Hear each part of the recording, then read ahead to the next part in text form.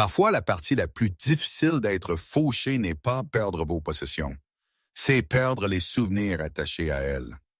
Mark avait vendu presque tout pour garder ses enfants nourris, mais il refusait de lâcher la vieille commode de sa grand-mère, même si elle valait à peine 50 $.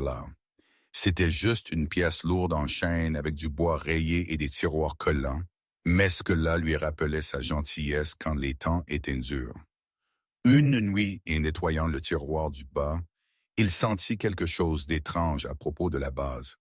C'était plus épais que cela ne devrait l'être. Quand il l'ouvrit avec un levier, ce qu'il trouva à l'intérieur changea sa vie pour toujours. Mais pourquoi son grand-père l'avait-il caché? Et quoi d'autre sa famille ne lui avait-elle pas dit? Avant de continuer, dites-nous d'où vous écoutez. Et si cette histoire vous touche, assurez-vous d'être abonné car demain je vous ai gardé quelque chose de très spécial. Mark Burner était assis à sa table de cuisine à 3 heures du matin, fixant l'avis d'expulsion pour la 3e fois cette nuit-là. 52 ans, et c'était là où la vie l'avait amené. Le papier tremblait légèrement dans ses mains, pas de peur exactement, mais de l'épuisement profond qui venait de 2 ans à combattre une bataille difficile qu'il semblait destiné à perdre.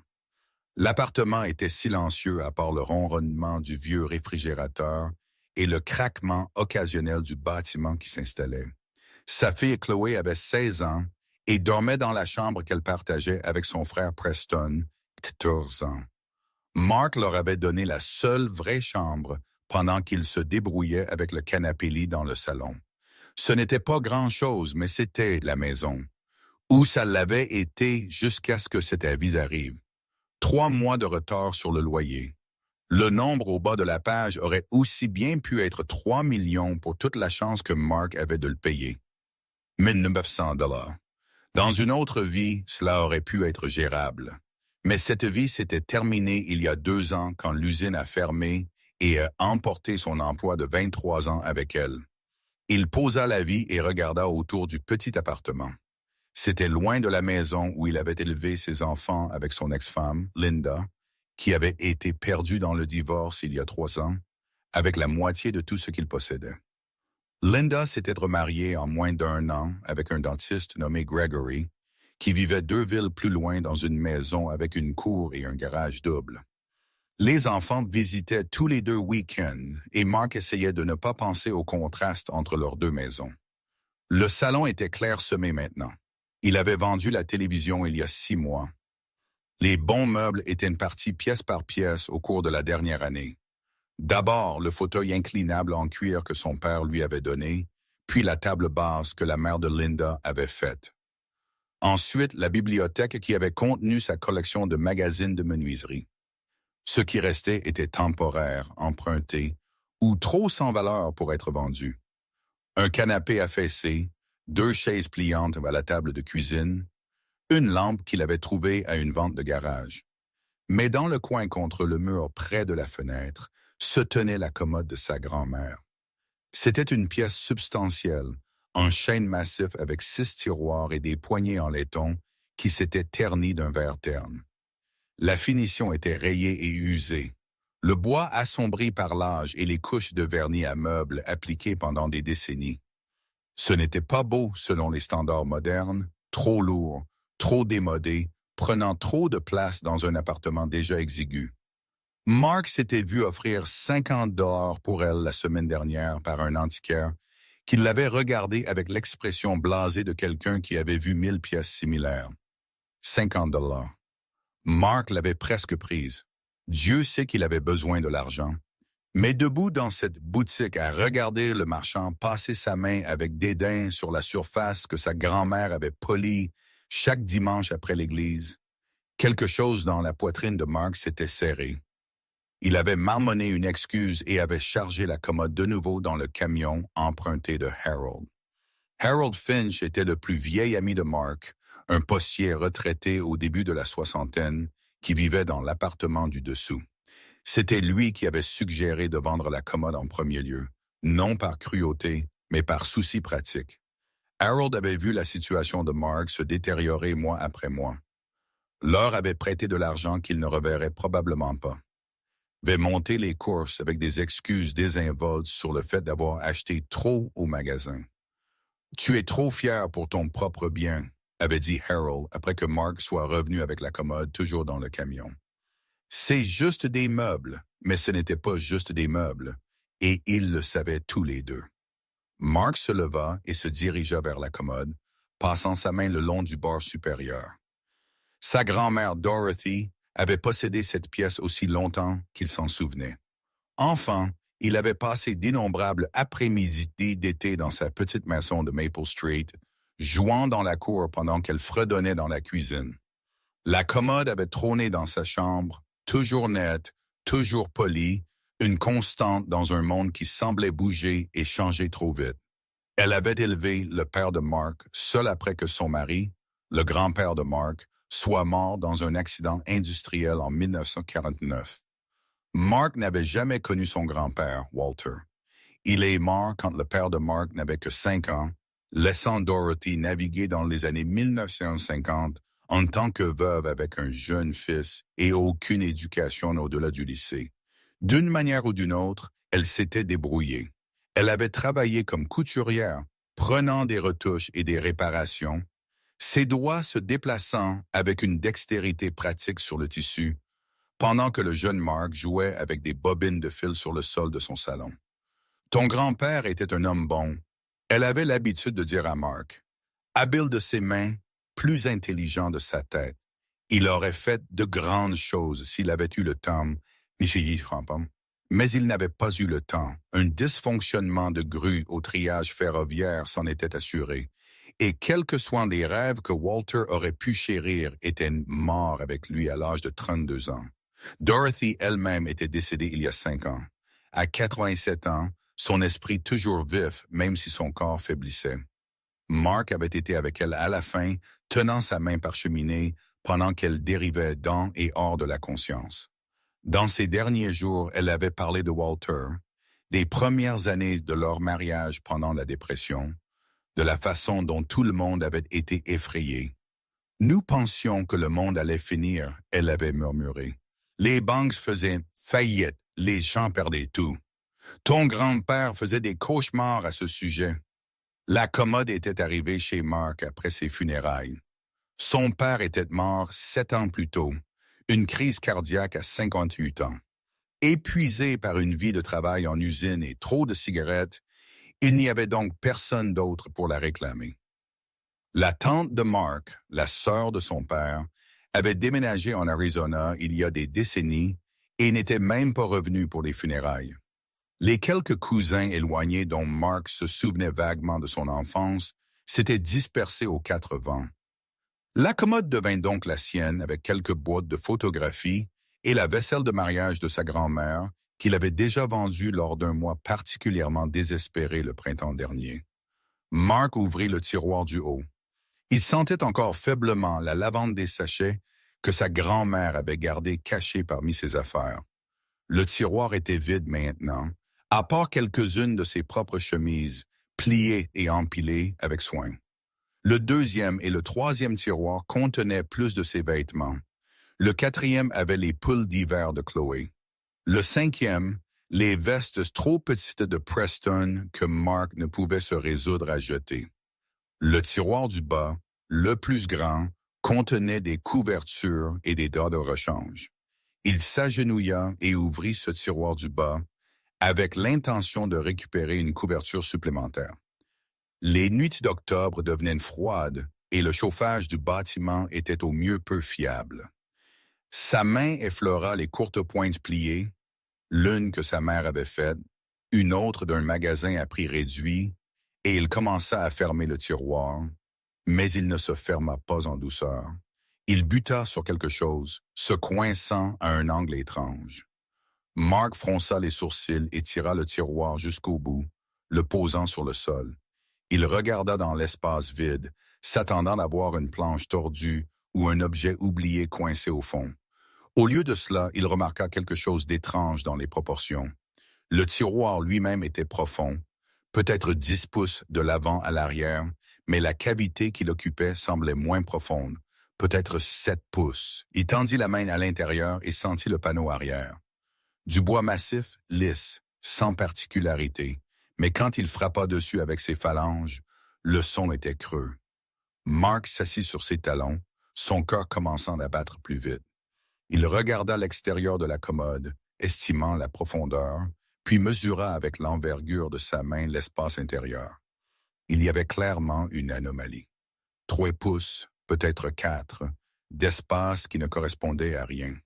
Il passa ses doigts le long des bords du panneau arrière, cherchant des coutures, des loquets, tout ce qui était inhabituel. Au début, il n'y avait rien. Puis, dans le coin inférieur gauche, il le sentit, un léger interstice à peine perceptible, où le panneau de bois ne rejoignait pas tout à fait le cadre. Mark se leva et alla au tiroir à bazar de la cuisine, récupérant un tournevis plat. Ses mains tremblaient légèrement alors qu'il retournait à la commode. Il inséra le tournevis dans l'interstice et appliqua une légère pression. Le panneau se déplaça. Il travailla avec précaution, ne voulant pas endommager le bois, forçant sur les bords jusqu'à ce que tout le panneau arrière se desserre. Il n'était pas cloué ou vissé.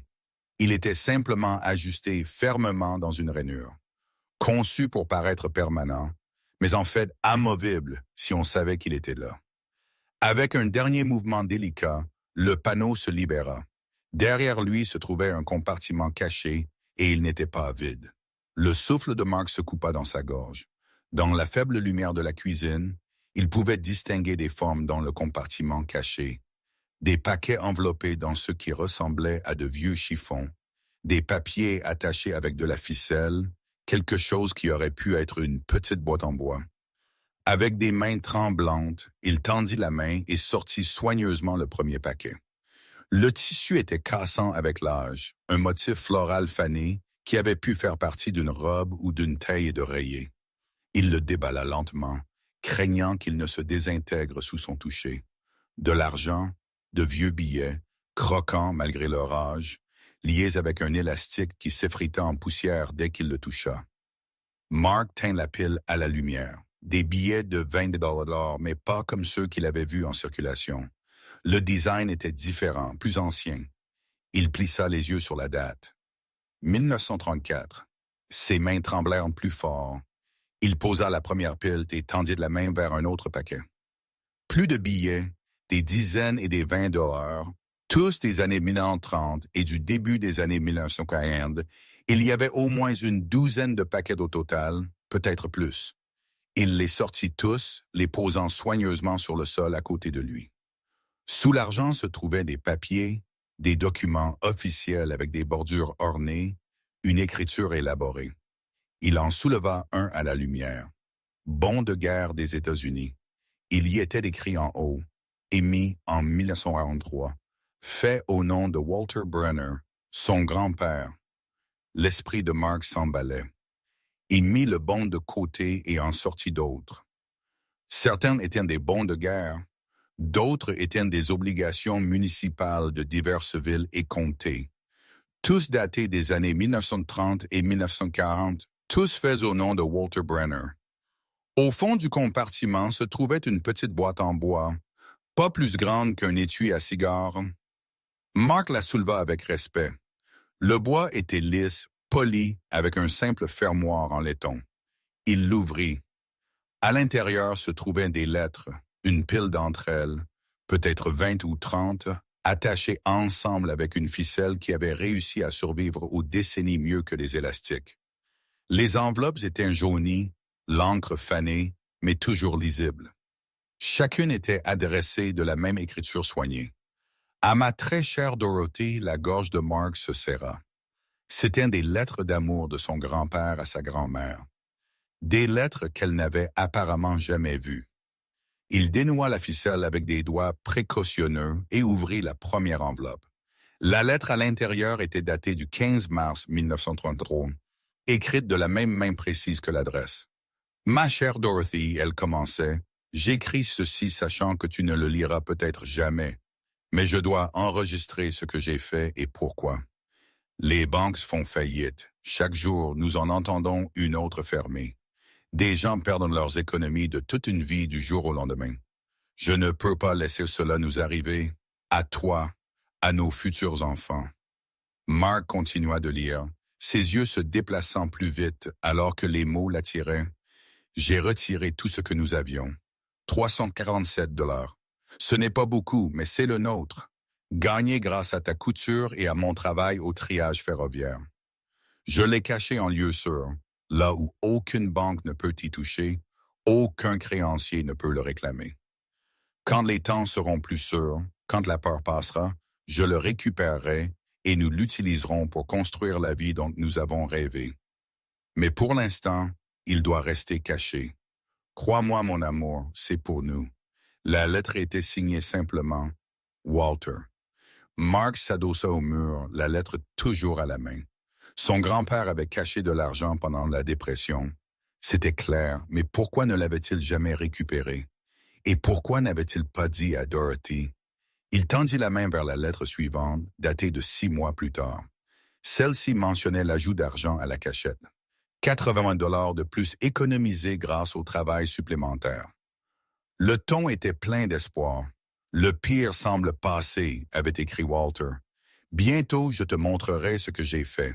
Tu riras de ma prudence, mais tu en seras aussi contente.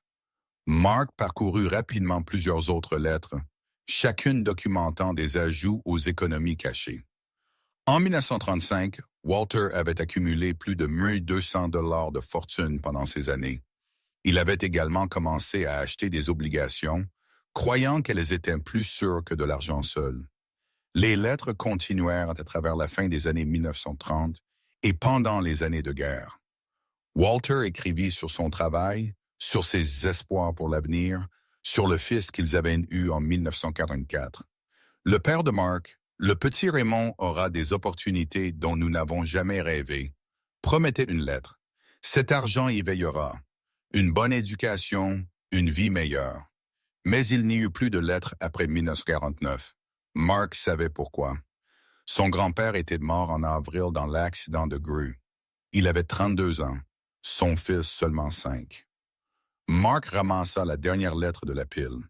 La date lui serra la poitrine. 14 avril 1949, le jour avant la mort de Walter. Dorothy, ma chérie, y était-il écrit. Demain, je vais tout te raconter. J'ai gardé ce secret trop longtemps, pensant que je devais économiser plus, attendre le moment parfait. Mais Raymond grandit et nous devons penser à son avenir maintenant, pas un jour. L'argent est caché dans ta commode. Celle que nous avons achetée aux enchères il y a 5 ans. Je l'ai modifiée moi-même, créant un faux fond dans le tiroir du bas. Tu riras quand tu verras à quel point c'est simple. La lettre continuait. Il y a près de 3 000 $ en espèces maintenant, plus les obligations que j'ai achetées. S'il devait m'arriver quelque chose et ne secoue pas la tête, des accidents arrivent au triage. Tu seras pourvu. Raymond sera pourvu. J'aurais dû te le dire il y a des années, mais je n'arrêtais pas de penser que j'ajouterais juste un petit plus pour que ce soit parfait. Pardonne ma prudence. Demain nous célébrons. Demain tout change. La lettre se terminait par une simple déclaration d'amour et était signée du nom de Walter. Mark la lut 2 fois et une 3e fois, les yeux brûlants. Demain tout change. Mais demain son grand-père était mort, écrasé quand un câble de grue avait cédé, et il n'avait jamais eu la chance de parler à Dorothy de l'argent caché. Elle avait élevé leur fils seul, travaillant comme couturière, prenant des réparations, luttant pour joindre les 2 bouts. Tout cela alors que la réponse à ses difficultés financières se trouvait cachée dans ses propres meubles de chambre. Mark regarda l'argent étalé devant lui sur le sol, les obligations, les lettres qui racontaient une histoire d'espoir et de prudence et de terrible synchronisation.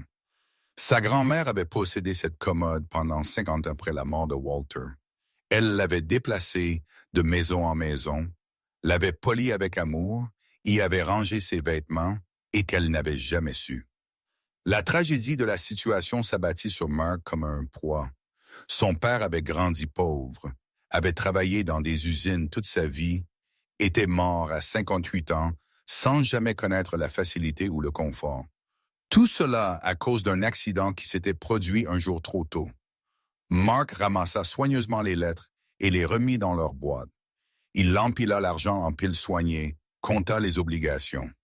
Il y en avait 18 de diverses dénominations. Il n'avait aucune idée de ce que tout cela valait maintenant, si la monnaie de l'ère de la dépression était même encore valide, si les obligations des années 1940 pouvaient encore être rachetées. Mais assis là sur le sol de son appartement à 3h30 du matin, avec un avis d'expulsion sur sa table de cuisine et ses enfants endormis dans la pièce voisine, Mark comprit une chose clairement. Son grand-père avait essayé de sauver sa famille. Il avait caché cet argent pour les protéger du chaos de son époque, ayant l'intention de le révéler quand le moment serait venu. Ce moment n'était jamais venu pour Walter, mais il était finalement venu pour Mark. Il regarda la commode solide et résistante, gardant son secret pendant 76 ans. Puis il regarda le compartiment caché, vide maintenant à part la poussière et les ombres. Ses mains avaient cessé de trembler. Quelque chose comme de l'espoir, fragile mais réel, commença à se déployer dans sa poitrine. Mark ne dormit pas. Il ne pouvait pas. Il était assis à la table de la cuisine alors que l'aube se levait sur la ville. Le contenu du compartiment caché étalé devant lui comme des artefacts d'une fouille archéologique. De temps en temps, il prenait un des paquets, en sentait le poids, essayait de comprendre ce qu'il tenait. L'argent seul le remplissait d'un mélange d'admiration et d'incertitude. Il l'avait compté 3 fois, ses doigts se déplaçant avec précaution sur des billets plus anciens que son père. 23 paquets au total, principalement des 20 $, quelques dizaines, quelques 50 $. Le total s'élevait à 2,47 $. En 1949, cela aurait suffi pour acheter une maison. Maintenant, cela pourrait couvrir 2 mois de loyer en retard et de factures, si c'était même valide. Mark n'avait aucune idée si la monnaie vieille de 70 ans pouvait encore être dépensée, ou si elle devait être échangée d'une manière ou d'une autre, ou si c'était du papier sans valeur. Les obligations étaient plus mystérieuses. 18 certificats, chacun déclarant une valeur spécifique et une date d'échéance. Mark essaya de les comprendre, mais le langage financier était au-delà de lui. Des termes comme valeur nominale et intérêt couru nageaient dans son cerveau épuisé. Certaines avaient mûri dans les années 1950, d'autres dans les années 1960. Cela signifiait-il qu'elles étaient sans valeur maintenant, expirées comme un vieux coupon, ou continuaient-elles à prendre de la valeur d'une manière ou d'une autre? Il prit son téléphone et commença à chercher. Les anciennes obligations d'épargne sont-elles toujours valides? Les résultats étaient déroutants, remplis de sites web gouvernementaux, avec des paragraphes denses sur les obligations de série E et les procédures de rachat. Il apprit que certaines obligations cessaient de rapporter des intérêts après 30 ans, mais pouvaient toujours être rachetées. D'autres pouvaient avoir des règles différentes. Il aurait besoin d'un expert. Les lettres qu'il avait lues et relues jusqu'à les avoir presque mémorisées.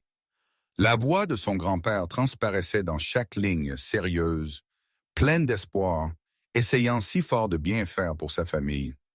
La dernière lettre, écrite la veille de sa mort, était la plus difficile à lire. Demain, tout change. L'ironie cruelle de ces mots pesait lourdement dans la poitrine de Mark. À 6 heures, il entendit du mouvement de la chambre.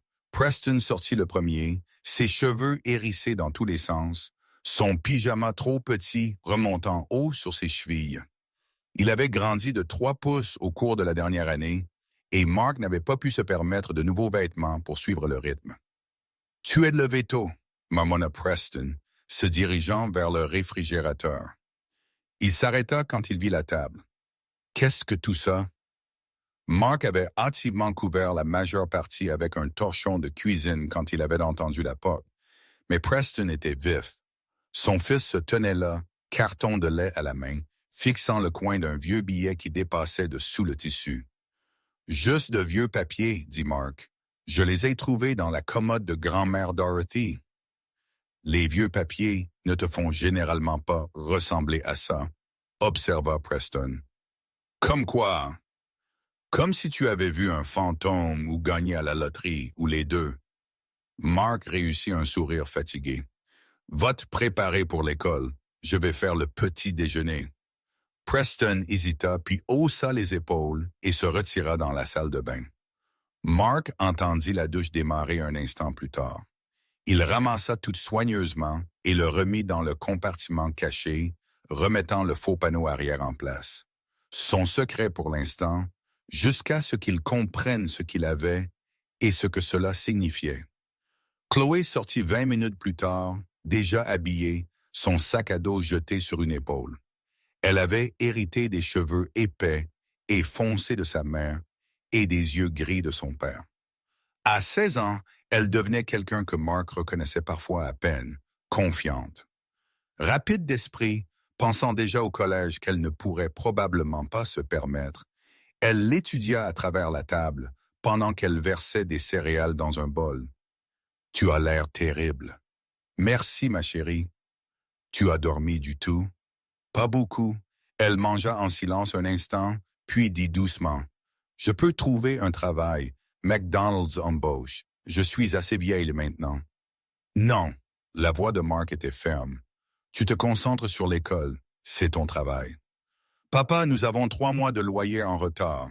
Je t'ai entendu au téléphone avec M. Kozłowski la semaine dernière. » Elle rencontra ses yeux. « Je ne suis pas stupide. Je sais que les choses vont mal. » Mark sentit quelque chose se briser dans sa poitrine. Elle avait 16 ans. Elle devrait s'inquiéter de ses notes, de ses amis et des bals de fin d'année, pas de savoir s'ils auraient un toit au-dessus de leur tête. « Je m'en occupe. » Il dit « Comment ?» Il faillit lui dire alors, faillit sortir l'argent, les obligations et les lettres et dire « Regarde, quelque chose d'incroyable s'est produit. » Mais la prudence le retint. Il ne savait pas encore ce qu'il avait. Ne savait pas si c'était légal, si c'était réel, si cela résoudrait réellement quoi que ce soit. Il ne pouvait pas lui donner de l'espoir pour le lui arracher de nouveau. « Je suis en train de comprendre, » dit-il à la place. « Fais-moi confiance. » Elle le regarda un long moment, puis hocha la tête. « D'accord. » Mais il pouvait voir le doute dans ses yeux, la résignation de quelqu'un qui avait déjà entendu des promesses et les avait vues s'effondrer. Après que les enfants soient partis à l'école, Mark se tint sous la douche et laissa l'eau chaude marteler sa nuque et ses épaules. Son esprit ne voulait pas s'arrêter de tourner. Il avait besoin de conseils. Quelqu'un en qui il pouvait avoir confiance et qui pourrait réellement savoir quelque chose d'utile. Harold, ça devait être Harold. Il se déclara malade au travail. Il était censé tondre des pelouses pour une société de gestion immobilière aujourd'hui et envoya un SMS à Harold. « Peux-tu monter? Important. » Harold arrive à 20 minutes plus tard, frappant son rythme familier à 3 coups à la porte.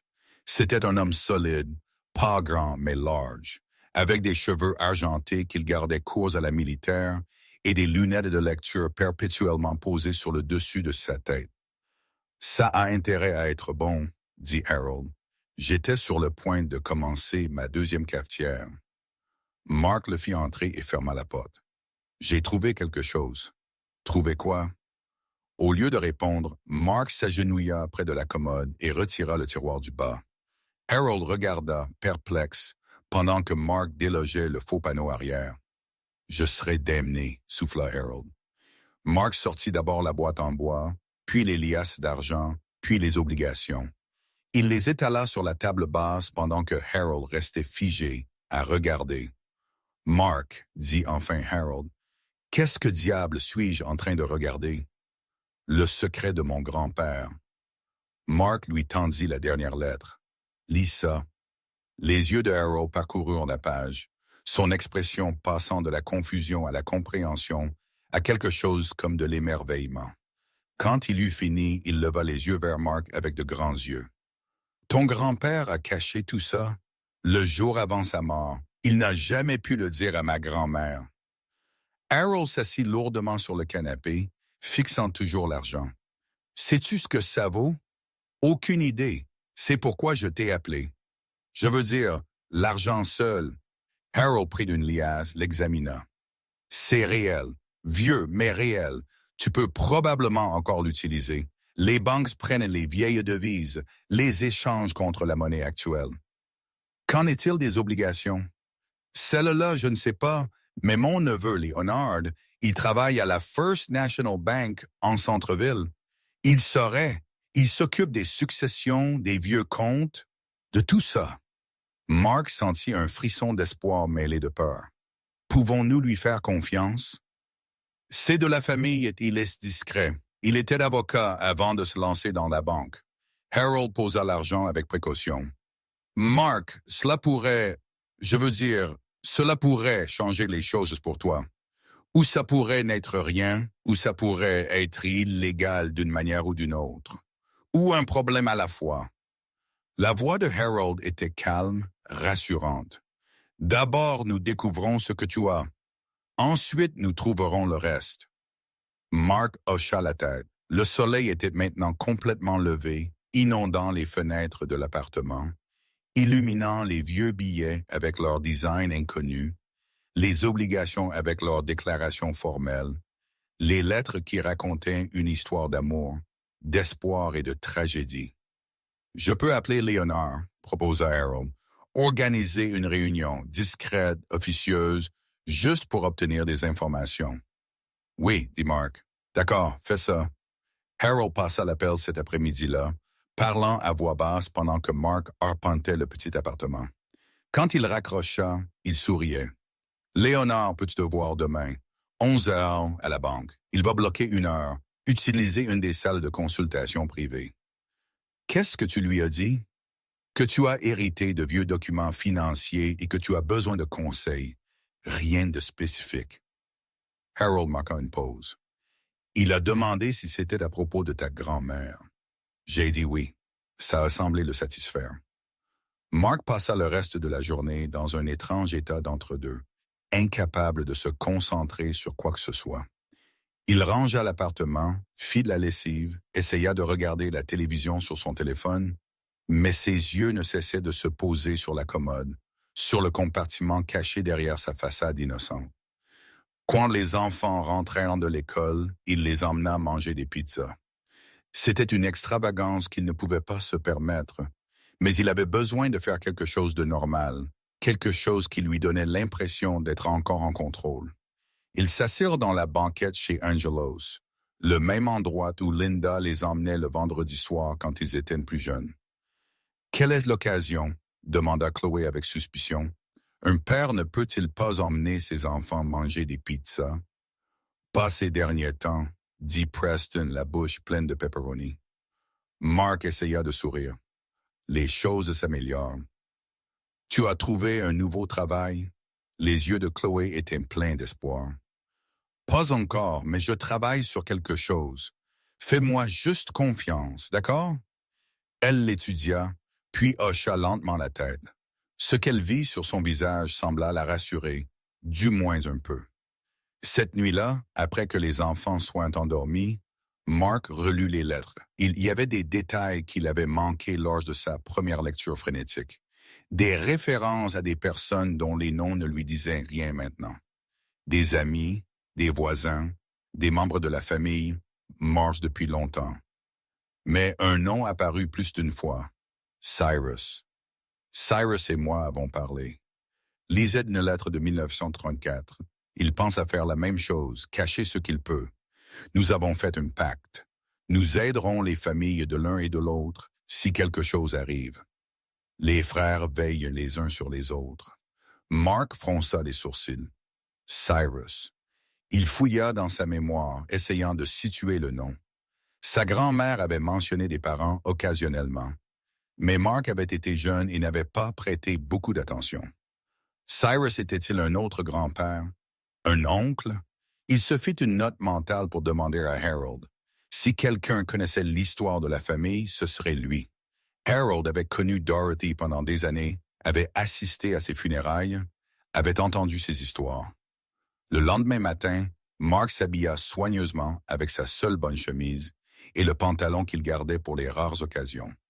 Il rassembla une sélection de billets et plusieurs obligations, les plaçant dans une enveloppe cartonnée. Le reste, il le remit dans le compartiment caché avec les lettres. Inutile d'apporter tout avant d'en savoir plus. Harold conduisit à la banque dans sa vieille Buick.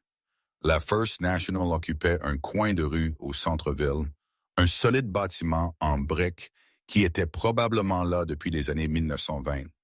À l'intérieur, cela sentait le vieux tapis et la climatisation. Une réceptionniste les dirigea vers une petite salle de conférence au deuxième étage.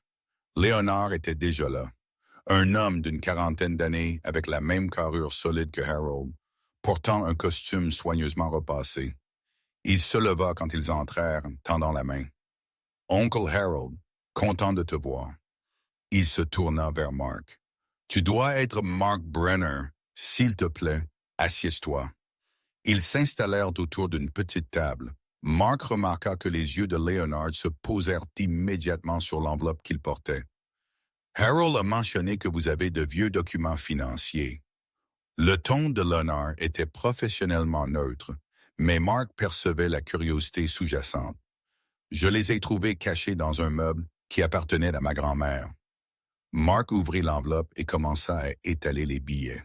« Je ne sais pas s'ils sont encore valides ou s'ils valent quelque chose. » Léonard prit la première liasse, l'examina attentivement. Ses sourcils se levèrent. « Ce sont des billets de la Réserve fédérale série 1934, dans cet état. Il en teinte un à la lumière. Ils sont authentiques et oui, toujours cours légal. Donc je peux les dépenser? Vous pouvez, bien que vous voudriez les échanger à une banque d'abord. La plupart des détaillants ne sauraient pas quoi faire de billets aussi vieux. » Léonard posa la liasse doucement. « Où avez-vous dit que vous les aviez trouvés? »« La commode de ma grand-mère. Elle est décédée il y a 5 ans. Elle me l'a laissée. J'ai juste découvert un compartiment caché. »« Et votre grand-mère n'a jamais mentionné cet argent? » »« Non, je ne pense pas qu'elle savait qu'il existait. » L'expression de Léonard se fit plus pensive. « Puis-je vous demander, quand votre grand-mère a-t-elle acquis cette commode? » »« Elle était à elle depuis aussi longtemps que je me souvienne. Depuis les années 1940, je pense. » « Et qui la possédait avant d'elle? »« Mon grand-père. Il est décédé en 1949. » La compréhension naquit dans les yeux de Léonard. « Je vois. Donc, votre grand-père a probablement caché cet argent et votre grand-mère ne l'a jamais découvert. C'est ce que disent les lettres. » Mark hésita, puis sortit une des lettres. Pas la dernière, mais une plus ancienne qui expliquait la situation de base. Il la tendit à Léonard. Léonard la lut lentement, son expression devenant plus sympathique à chaque ligne. Quand il eut fini, il la posa soigneusement. « Votre grand-père était un homme sage. Beaucoup de gens ont tout perdu quand les banques ont fait faillite au début des années 30. Garder de l'argent liquide à la maison n'était pas rare. » Il fit une pause. « C'est tragique qu'il n'ait jamais pu le lui dire. Pouvez-vous me dire ce que cela vaut, l'argent liquide? » Léonard fit un calcul mental rapide. Valeur nominale, environ 2 $. Certains collectionneurs pourraient payer plus pour des billets dans cet état de cette époque, mais pas significativement plus. Vous seriez à la recherche d'environ 3 000 $ si vous trouviez le bon acheteur. Le cœur de Mark se serra un peu. 3 000 $. Cela résoudrait sa crise immédiate, paierait le loyer en retard, les logerait pour quelques mois de plus, mais ce n'était pas le montant qui changerait sa vie qu'il avait commencé à espérer. Puis Léonard prit une des obligations. Son expression changea. Il l'étudia attentivement, la retourna, examina le sceau et les signatures, puis il en prit une autre et une autre. « Ceux-ci sont différents, dit-il doucement. »« Différents comment? » « Ce sont des obligations d'épargne de série E. Des bons de guerre essentiellement vendus pour financer l'effort de guerre. » Léonard sortit son téléphone et commença à taper. La valeur nominale ici est de 50 $, mais ces choses accumulent des intérêts au fil du temps. Même après leur échéance, elles peuvent continuer à prendre de la valeur dans certaines circonstances. Mark se pencha en avant. Combien de valeur? Léonard resta silencieux un instant, lisant quelque chose sur son téléphone. Cela varie selon la date d'émission et la date d'échéance. Celle-ci de 1943. Il fit quelques calculs. Si elle n'a jamais été rachetée avec tous les intérêts courus, Nous sommes entre 4 et 6 fois la valeur nominale. Donc, cette obligation de 50 $ vaut potentiellement 300 $, peut-être plus. J'aurais besoin d'un spécialiste pour vous donner des chiffres exacts. Léonard regarda les autres obligations étalées sur la table. Combien en avez-vous? 18 au total, des montants variés. Les yeux de Léonard s'écarquillèrent. Puis-je les voir toutes? Mark sortit le reste. Léonard examina chacune méthodiquement, prenant des notes sur un bloc-notes. Le silence s'étira. Le pouls de Mark tambourinait dans ses oreilles. Finalement, Léonard posa son stylo et leva les yeux. « Monsieur Brenner, je ne peux pas vous donner de chiffres précis sans consulter notre spécialiste en rachat d'obligations, mais d'après ses valeurs nominales et date d'émission, vous êtes à quelque part entre 40 et 50 000 $, possiblement plus. » La pièce sembla s'incliner. 50 000? C'est une estimation approximative. Ça pourrait être plus élevé. Ça pourrait être légèrement plus bas. Mais oui, dans cette fourchette. Mark s'assit en arrière sur sa chaise, ses mains tremblantes. 50 000 $, pas assez pour prendre sa retraite, mais assez pour tout. Payer les dettes, construire un fonds pour les études, respirer pour la première fois en 2 ans. Qu'est-ce que je dois faire? Sa voix sortit rauque. Premièrement, je vous recommanderais de consulter un avocat spécialisé dans les successions. Assurez-vous qu'il n'y ait pas de complications légales avec l'héritage. Ensuite, nous pourrons commencer le processus de rachat. Cela prendra du temps. La paperasse gouvernementale le fait toujours, mais c'est simple. Léonard sortit une carte de visite et écrivit un nom au dos. Phyllis Cunningham. Elle s'occupe du droit des successions. Très minutieuse, très digne de confiance. Dites-lui que je vous ai référé. Mark prit la carte avec des doigts engourdis. Merci, je ne sais pas quoi dire. Dites que vous serez prudent. Si la nouvelle se répand, vous pourriez voir des parents sortir du bois. L'expression de Léonard était gentille mais sérieuse. Les gens font des choses étranges quand l'argent est en jeu. Harold, qui avait été silencieux pendant tout l'échange, parla enfin. Mark n'a plus beaucoup de famille. Du côté de sa grand-mère, c'est assez petit. Même ainsi, dit Léonard, la discrétion est votre ami ici. Ils se serrèrent la main et Mark et Harold quittèrent la banque dans un état de stupéfaction. Dans le parking, Harold laissa échapper un long soupir. 5 000 $, dit-il. Si c'est réel, s'il n'y a pas de complications. C'est réel, Harold. Tu as vu son visage. Il sait de quoi il parle. Mark regarda l'enveloppe dans ses mains, les obligations qui représentaient l'espoir désespéré de son grand-père, l'héritage inconnu de sa grand-mère. « Je dois appeler cet avocat, dit-il. Harold lui tapota l'épaule. « Un pas à la fois, mon ami, un pas à la fois. » Mark appela Phyllis Cunningham cet après-midi-là. Sa réceptionniste lui fixa un rendez-vous pour le mardi suivant, le premier disponible. 4 jours semblaient une éternité, mais Mark essaya de se concentrer sur le soulagement immédiat que Léonard avait procuré. L'argent liquide, au moins, était incontestablement le sien. Il porta 300 $ en vieux billets à la First National le lendemain et les échangea contre de la monnaie courante. La caissière examina chaque billet attentivement, consulta un directeur, mais finalement traita la transaction sans problème. Mark sortit avec 6 billets de 50 $ tout neufs qui semblaient être surréalistes dans son portefeuille. Ce soir-là, il appela son propriétaire, Eugene Kasowski. « Monsieur Kasowski, c'est Mark Brenner. » Il y eut un silence. « Vous avez mon argent de loyer? Je peux payer 1 mois demain, le reste dans 2 semaines. » Un autre silence, plus long cette fois. « Vous avez dit ça le mois dernier. » Je sais, mais cette fois, c'est réel. J'ai touché de l'argent, un héritage. Un héritage. La voix de Kasowski était sceptique. D'accord, je peux vous apporter 1 900 $ demain. En espèces. Le premier mois de ce que je dois.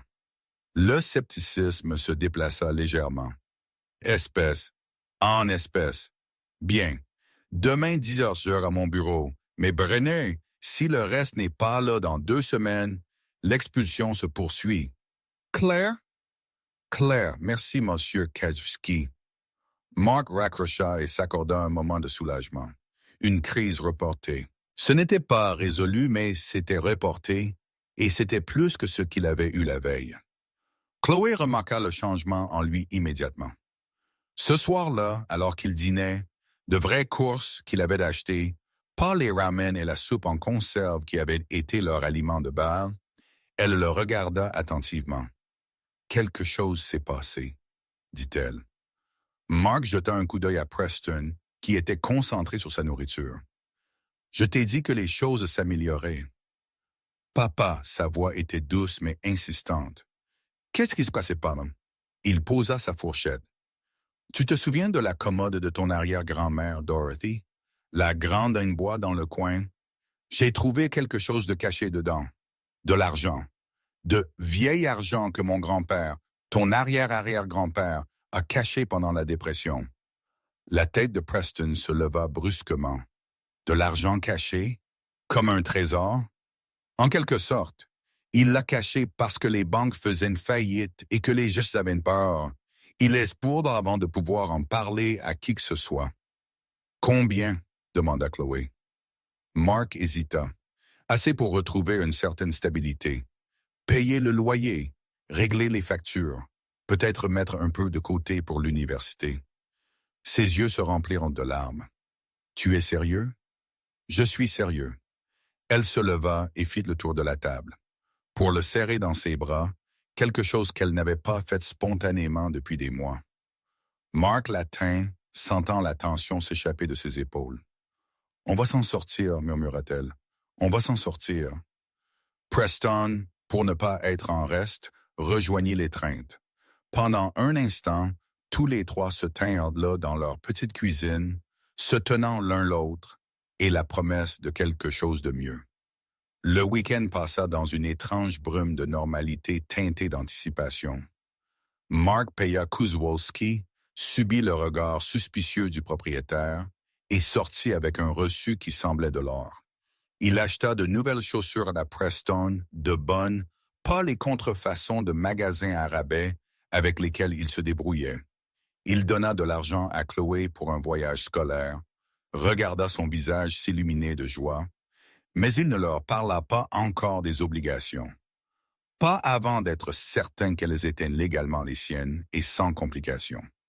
Le mardi arriva.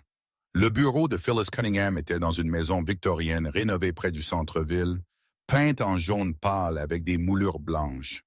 L'intérieur était chaleureux, parquet en bois dur, fauteuils confortables, murs garnis de livres de droit et de photos de famille. Phyllis elle-même avait peut-être la cinquantaine, avec des cheveux argentés tirés en un chignon pratique et des lunettes de lecture sur une chaîne autour du cou. Elle avait l'air d'une personne favorite et abordable, mais compétente. « Monsieur Brenner, veuillez vous asseoir. » Elle fit un geste vers une chaise en face de son bureau. « Léonard a dit beaucoup de bien de vous. Il a été très utile. Il a mentionné que vous aviez découvert de vieilles obligations et de l'argent caché dans des meubles hérités. » Mark raconta l'histoire à nouveau. La commode, le compartiment secret, la mort de son grand-père, la pauvreté ignorée de sa grand-mère. Phyllis écouta sans interrompre, prenant des notes occasionnelles. Quand il eut fini, elle dit « Puis-je voir les documents? » Il lui tendit l'enveloppe. Elle examina les obligations d'abord méthodiquement, puis l'argent liquide restante. Finalement, elle prit plusieurs des lettres, les lisant avec une attention particulière. « Ces lettres établissent l'intention, dit-elle. Votre grand-père destinait clairement cet argent à sa femme et à ses descendants. C'est important. Donc, c'est légalement à moi? Traçons la chaîne. L'argent était celui de votre grand-père. Il est décédé en 1949. Il aurait dû passer à sa femme, votre grand-mère, dans le cadre de sa succession, qu'elle le sache ou non. Elle n'a jamais déposé de papiers de succession à ma connaissance. En 1959, pour une succession modeste, elle n'en aurait peut-être pas eu besoin, surtout si votre grand-père est décédé sans testament. Phyllis prit une autre note. Votre grand-mère est décédée en 2020, il y a 5 ans, oui, et elle vous a laissé une commode? À mon père, techniquement, mais il est décédé avant elle, donc elle m'est revenue. Avez-vous une documentation de cet héritage? Mark sortit un dossier qu'il avait apporté, une copie du simple testament de sa grand-mère, qui listait ses possessions allant à son fils ou à ses descendants, le certificat de décès de son père, l'acte de vente quand il avait mis la commode en entrepôt brièvement avant de déménager dans son appartement actuel. Phyllis examina tout, puis hocha la tête. C'est simple, la propriété est passée de votre grand-père à votre grand-mère, de votre grand-mère à votre père, de votre père à vous. Le fait que l'argent ait été caché ne change pas la chaîne légale de l'héritage. Un soulagement inondait Mark. Donc, je peux racheter les obligations? Vous devriez pouvoir. Oui. Cependant, elle marqua une pause, son expression devenant plus sérieuse. Je dois poser des questions sur les autres membres de la famille. Votre grand-mère avait-elle d'autres enfants? Mon père avait une sœur. Ma tante, elle a déménagé en Arizona il y a 30 ans. Nous ne sommes pas en contact. D'autres parents qui pourraient contester cela? Mark pensa au nom dans les lettres. Mon grand-père avait un frère, Cyrus, mais il est mort dans les années 70, je crois. Cyrus a-t-il eu des enfants? Je n'en suis pas sûr. Peut-être. Ma grand-mère ne parlait pas beaucoup de ce côté de la famille. Phyllis se pencha en avant. Monsieur Brenner, légalement, cet héritage semble être le vôtre. Les litiges familiaux peuvent devenir compliqués, même lorsque la loi est claire. Si d'autres parents apprennent l'existence de cet argent, ils pourraient essayer de prétendre que votre grand-père le destinait à toute la famille, et non seulement à ses descendants directs. Mais les lettres aident considérablement votre dossier. Elles montrent l'intention. Mais les émotions et l'argent forment une combinaison volatile. Elle marqua une pause. Je ne dis pas de ne pas poursuivre cela. Je dis soyez préparés à des défis potentiels. Le soulagement antérieur de Mark tourna légèrement. Que recommandez-vous? Documentez tout. Gardez des dossiers clairs de l'origine de l'argent, de la chaîne d'héritage, de tout. Si vous choisissez de partager des informations avec d'autres membres de la famille, faites-le avec précaution. Et considérez si quelqu'un conteste. Êtes-vous prêt pour ce combat? J'ai besoin de cet argent, dit Mark doucement. Mes enfants en ont besoin. Alors nous nous assurerons que vous ayez la position juridique la plus solide possible. Phyllis sortit un formulaire. Je vais rédiger une lettre établissant la chaîne d'héritage et votre propriété légale. Vous pourrez la présenter lorsque vous rachetez les obligations. Cela devrait éviter les questions. Combien de temps cela prendra-t-il? Quelques jours. En attendant, je vous suggère de faire des recherches sur la famille du frère de votre grand-père. On ne sait jamais ce qui pourrait remonter à la surface si la nouvelle se répand. Mark quitta le bureau, se sentant à la fois validé et anxieux. L'argent était à lui probablement, à moins que quelqu'un d'autre ne décide que non. Ce soir-là, il demanda à Harold des nouvelles de Cyrus. Ils étaient assis dans l'appartement de Harold, le café refroidissant entre eux. Harold fronça les sourcils, se remémorant. Cyrus Brenner. Oui, je me souviens que ta grand-mère l'a mentionné une ou deux fois. Il y a eu une sorte de brouille après la mort de ton grand-père. Quel genre de brouille? Je ne connais pas les détails, mais j'ai eu l'impression que Cyrus a demandé à ta grand-mère de l'argent qu'elle n'avait pas. Ça a créé du ressentiment. Harold haussa les épaules. Pourquoi? Mark lui raconta les lettres, la mention de Cyrus. J'ai besoin de savoir s'il a eu des enfants, s'ils sont toujours là. Je peux me renseigner. C'est une ville assez petite. Quelqu'un se souviendra. Harold revint 3 jours plus tard. Il arriva à l'appartement de Mark avec une liste manuscrite et une expression sombre. J'ai trouvé des informations sur Cyrus, dit-il, s'installant sur le canapé. Ce n'était pas difficile. Il suffisait de parler à de vieux briscards au VFW. Mark s'assit en face de lui. C'est fable ici. La tension se nouant dans son estomac. Et Cyrus a eu 2 enfants, une fille nommée Irene, un fils nommé Floyd. Floyd est mort il y a peut-être 10 ans, mais Irene est toujours là. Elle vit à Mordell, à environ 20 miles d'ici. Quelqu'un d'autre? Floyd a eu 3 enfants. 2 filles ont déménagé hors de l'État, mais son fils Clarence vit toujours ici. Il travaille au magasin de pneus sur la route 9. Mark absorba cela. Des cousins qu'il n'avait jamais rencontrés, qu'il n'avait même jamais su exister. As-tu découvert quelque chose sur la brouille? Harold hocha lentement la tête. Selon Jerry Whitman, il a 86 ans. Il connaissait les 2 frères. Cyrus est venu voir Dorothy juste après la mort de Walter. Il a demandé si Walter avait laissé de l'argent. Dorothy lui a dit non. Il vivait la peine. Cyrus s'est mis en colère. Il a dit que Walter lui avait parlé de cacher de l'argent. Dorothy a pensé qu'il était cruel, essayant de lui donner de faux espoirs. Ils ont eu une énorme dispute. La famille s'est divisée après ça. Donc Cyrus savait pour l'argent caché apparemment, mais il ne savait pas où il était caché. Mark sentit un frisson, ce qui signifie que s'il le découvre, je l'ai découvert. Ils pourraient penser qu'ils ont un droit de réclamation. Oui, l'expression de Harold était compréhensible. Qu'est-ce que tu vas faire? Je ne sais pas. Phyllis a dit que légalement c'est à moi aîné, mais elle m'a aussi mis en garde contre des disputes familiales. Tu pourrais juste te taire, faire racheter les obligations. Ne jamais le dire à personne. Mark y avait pensé, mais il avait aussi passé les derniers jours à réfléchir aux lettres de son grand-père, à l'intention derrière l'argent caché. Walter avait mentionné Cyrus avec affection. Les frères veillent les uns sur les autres, avait-il écrit. Je dois y réfléchir, dit Mark. Cet après-midi-là, pendant que les enfants étaient à l'école, Mark ressortit toutes les lettres. Il les lut chronologiquement, faisant attention à chaque mention de Cyrus.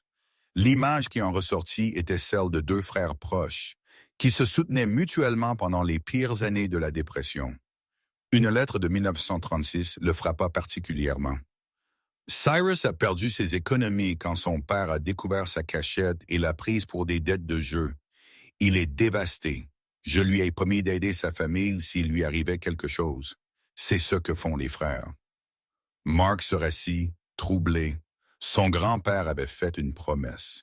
Mais c'était en 1936. Pensait-il encore la même chose en 1949?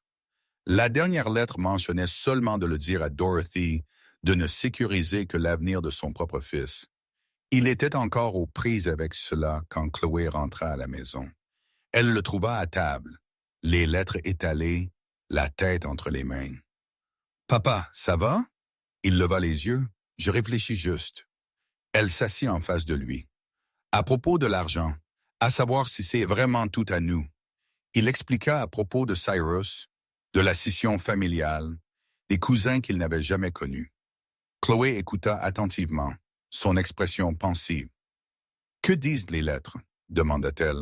« Est-ce que l'arrière-grand-père Walter voulait partager avec son frère? » Au début peut-être, plus tard, je ne suis pas sûr. Mais tu l'as hérité légalement, n'est-ce pas? C'est ce que l'avocat a dit. Oui, et c'est à toi.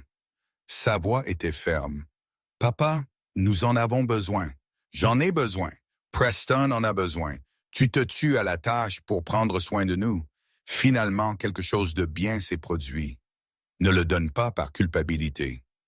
Ce n'est pas si simple. Pourquoi pas? Ses cousins nous ont-ils déjà contactés? Nous ont-ils aidés quand nous étions en difficulté? Savaient-ils même que nous existions? Mark n'avait pas de réponse à cela. Elle avait raison.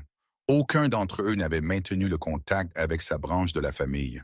« Je veux juste faire ce qui est juste, » dit-il doucement. Chloé tendit la main, lui serra la main.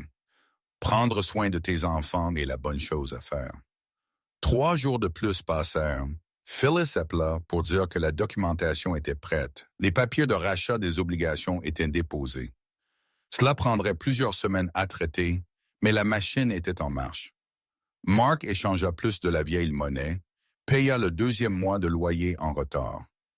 Coos l'accepta avec moins de scepticisme cette fois-ci, bien qu'il regardait toujours Mark comme s'il s'attendait à ce que ce soit de la contrefaçon. Puis, le samedi matin, le téléphone de Mark sonna. Numéro inconnu. Code régional local. « Bonjour, c'est bien Mark Brenner? » Une voix de femme, âgée, incertaine. « Oui, qui est-ce? » « Mon nom est Irene Brenner. Je pense que nous pourrions être cousins. » Le cœur de Mark s'arrêta. « Comment avez-vous eu mon numéro? » « J'espère que vous ne me dérangez pas. J'ai vu Leonard Finch à l'église dimanche dernier. Il a mentionné que vous étiez venu avec de vieux documents de famille. Quand j'ai entendu votre nom, eh bien, Brenner n'est pas si courant par ici. Et je me suis souvenu que mon père parlait de son frère Walter ayant un fils. » Mark s'effondra sur une chaise. « Qu'est-ce que vous voulez? Parlez si vous le voulez bien. J'ai 73 ans, Monsieur Brenner. J'ai passé toute ma vie à me demander ce qui s'était passé dans la division de la famille, à propos de ce qui s'était vraiment passé. Léonard ne m'a pas donné de détails, bien sûr, mais il a dit « Vous avez trouvé quelque chose dans les meubles de votre grand-mère. » Il y avait quelque chose dans son ton. Pas exigeant, pas agressif, juste fatigué et curieux. « J'ai trouvé quelque chose, » admit Mark. « Est-ce l'argent dont mon père parlait toujours? L'argent qu'il disait que Walter avait caché? » « Oui. » Un long silence. « Alors, puis-je demander, avez-vous trouvé des lettres aussi? » Mon père disait que Walter avait écrit des lettres à ce sujet. « Oui. » Sa voix se brisa légèrement. « Seriez-vous prêt à me rencontrer pour en parler? Je ne veux rien de vous, Monsieur Brenner. Je veux juste comprendre ce qui s'est passé. Mon père est mort en croyant que son frère l'avait trahi. J'aimerais connaître la vérité. » Mark pensa aux lettres, à l'affection entre les frères avant que la tragédie et l'incompréhension ne les séparent, à la promesse de son grand-père d'aider la famille de Cyrus. « D'accord, dit-il, nous pouvons nous rencontrer. »« Merci. » Le soulagement inonda sa voix. « Il y a un restaurant sur Main Street, Murphy's. Vous le connaissez? »« Je le connais. Mardi matin, 10 heures. J'y serai. » Après avoir raccroché, Mark resta assis, fixant son téléphone. Harold l'avait prévenu que la nouvelle se répandrait. Maintenant, ça se produisait. Irene semblait sincère, mais cela ne signifiait pas que les autres le seraient. Et Clarence, le fils de Floyd, était toujours là. Mark sortit la dernière lettre de son grand-père et la relut. Demain, tout change. Pour Walter, demain avait apporté la mort et des occasions perdues. Pour Mark, demain apportait des complications familiales. Il ne savait pas comment naviguer. Il appela Harold. « Ça commence. La fille de Cyrus m'a contacté. Nous nous rencontrons mardi. » Harold resta silencieux un instant. « Tu veux que je vienne avec toi? »« Oui, » dit Mark. « Je pense que oui. Alors je serai là. » Mark regarda la commode, solide et silencieuse dans le coin. Elle avait gardé le secret de Walter pendant 76 ans, mais les secrets, une fois révélés, avaient une manière de se propager au-delà de son contrôle. Il espérait juste qu'il était prêt pour ce qui allait suivre. Le mardi matin arriva, froid et gris. Mark s'habilla soigneusement comme si une armure pouvait être trouvée dans une chemise propre et un pantalon pressé. Harold vint le chercher à 9h30 et ils se rendirent au Murphy's Diner en silence. Le restaurant était une relique des années 1950. Tout en chrome et vinyle rouge avec un comptoir qui avait probablement servi 3 générations de locaux. Mark et Harold prirent une banquette près du fond, commandèrent du café et attendirent. Irene arriva à 10 heures précisément. Elle était petite, presque fragile d'apparence, avec des cheveux blancs coupés courts et des yeux étonnamment perçants derrière des lunettes à monture métallique. Elle portait un cardigan malgré la chaleur du restaurant et tenait un grand sac à main et ce qui ressemblait à un album photo. « Monsieur Brenner », elle s'approcha de leur banquette avec hésitation. « Dorothy ». Mark se leva. « Veuillez m'appeler Mark, c'est mon ami Harold. » Ils se serrèrent la main et Irene glissa dans la banquette en face d'eux. De près, Mark pouvait voir la ressemblance familiale. quelque chose dans la forme de son visage, le placement de ses yeux. Elle avait le nez de Walter, le même que Mark voyait dans le miroir. « Merci de m'avoir rencontré, dit-elle. Je sais que ça doit être étrange. »« Ça l'est, » admit Mark. « Mais je suis curieux aussi. » Une serveuse passa et Irène commanda du thé. Ils attendirent dans un silence gêné jusqu'à ce qu'il arrive, la vapeur s'élevant de la tasse en douce spirale. « Mon père est mort en 1977, commença Irène. J'avais 31 ans. Sur son lit de mort, il m'a parlé de Walter, de l'argent qu'ils avaient tous les deux essayé de cacher pendant la dépression. Il a dit que Walter avait été plus intelligent à ce sujet et avait trouvé une meilleure cachette. » Elle remua lentement son thé. « Il m'a aussi parlé de la dispute avec votre grand-mère. Il l'a regretté jusqu'à son dernier souffle. »« Il ne savait pas où l'argent était caché ?» demanda Mark. « Non, Walter ne lui a apparemment jamais dit les détails, juste qu'il avait réussi là où mon père avait échoué. » Irène leva les yeux, rencontrant le regard de Mark. « Mon père n'est pas mort riche, Monsieur Brenner. Il a travaillé dans les usines toute sa vie. Il est mort avec des dettes médicales et pas grand-chose d'autre. Mon frère Floyd, il a lutté aussi. Est mort jeune comme tant d'hommes Brenner semblaient le faire. » La tristesse dans sa voix était sincère. Mark sentit ses défenses s'adoucir légèrement. « Je suis désolé, » dit-il. « Nous avons tous nos fardeaux. » Elle ouvrit l'album photo, le tournant pour que Mark puisse voir. La première page montrait deux jeunes hommes, bras autour des épaules l'un de l'autre, souriant à l'appareil photo. C'est Walter et Cyrus en 1128. Ils avaient 21 et 19 ans. Mark fixa la photographie.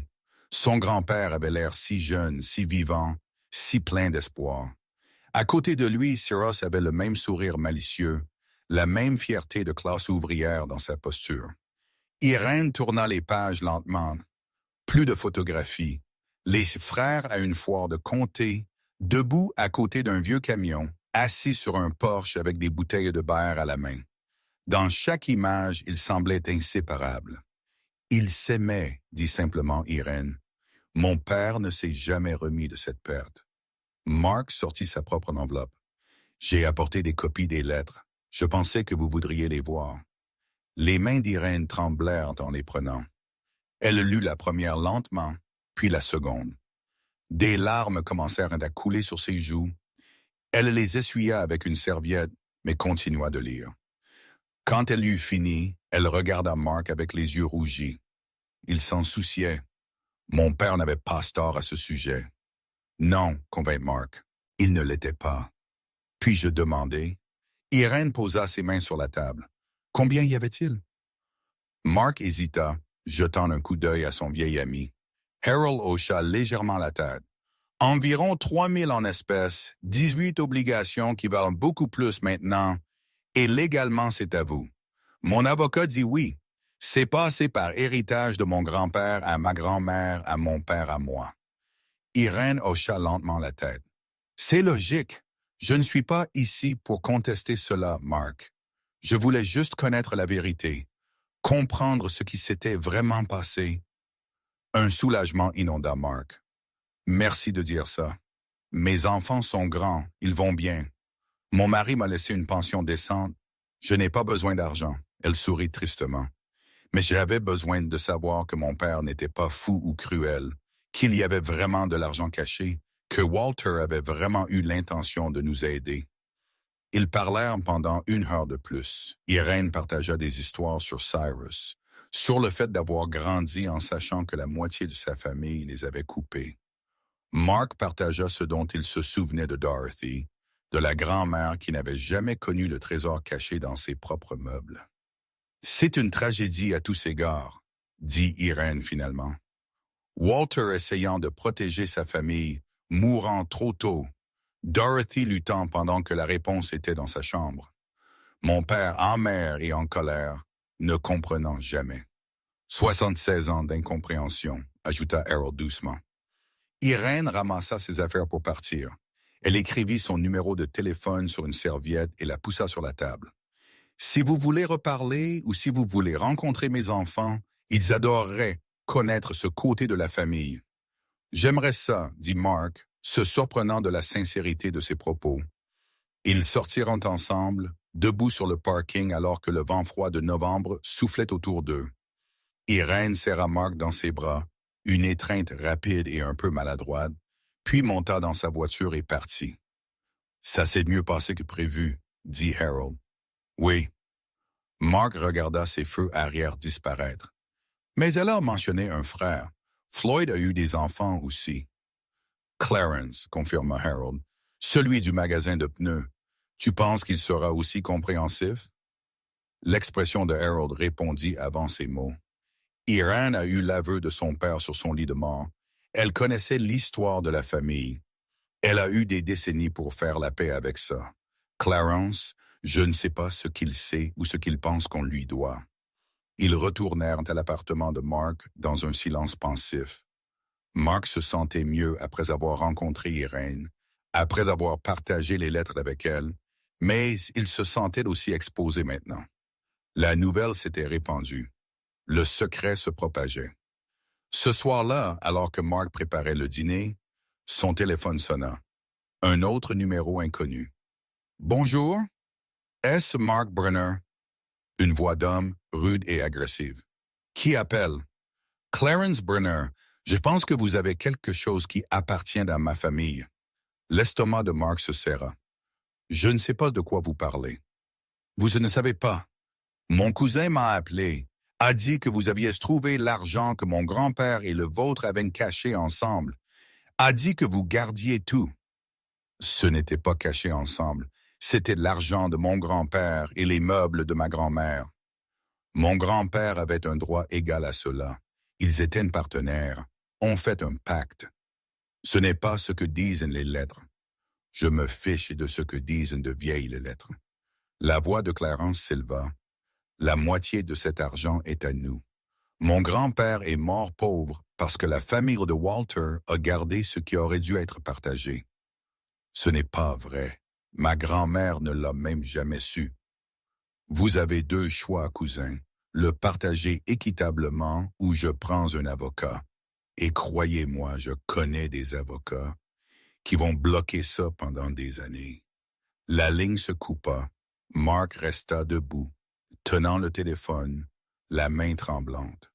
De l'autre côté de la pièce, la commode était dans son coin, innocente et silencieuse, la source de toutes ces chaos. Son téléphone vibra. Un SMS d'un numéro inconnu. Ce n'est pas fini. Mark appela Phyllis Cunningham dès mercredi matin. Une réceptionniste le mit en relation immédiatement quand il expliqua que c'était urgent.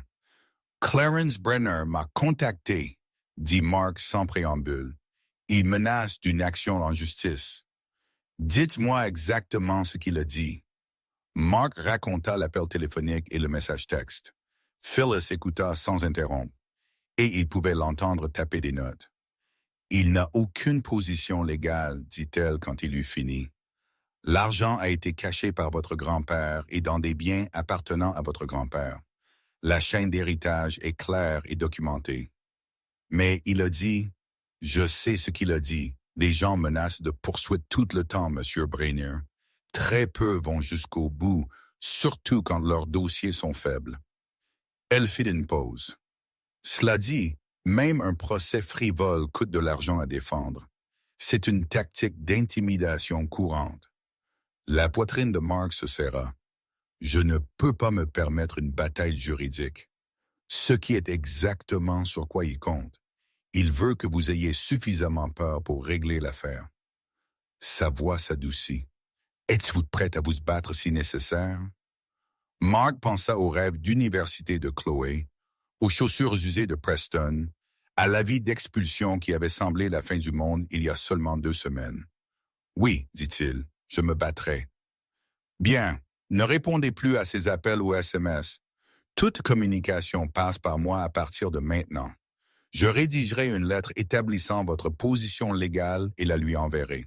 Parfois, cela suffit à faire reculer les gens. Après avoir accroché, Mark s'assit à sa table de cuisine, se sentant vidé. Harold arriva 1 heure plus tard, jeta un coup d'œil au visage de Mark et mit une cafetière en marche. Clarence? Demanda Harold. Mark hocha la tête. Phyllis dit qu'il n'a pas de dossier, mais même se battre contre un mauvais elle coûte de l'argent. Combien veut-il? Il n'a pas dit exactement, mais il pense que la moitié de l'argent devrait lui revenir parce que son grand-père et le mien étaient partenaires. Harold renifla. Partenaire dans la peur pendant la dépression. Peut-être que cela ne fait pas d'eux des partenaires commerciaux. Essaye de dire ça à Clarence. Ils restèrent en silencieux un instant. Puis Harold dit, « Et si tu lui offrais quelque chose? Pas la moitié. » Mais c'est quelque chose juste pour le faire partir. Phyllis a dit de ne pas négocier directement.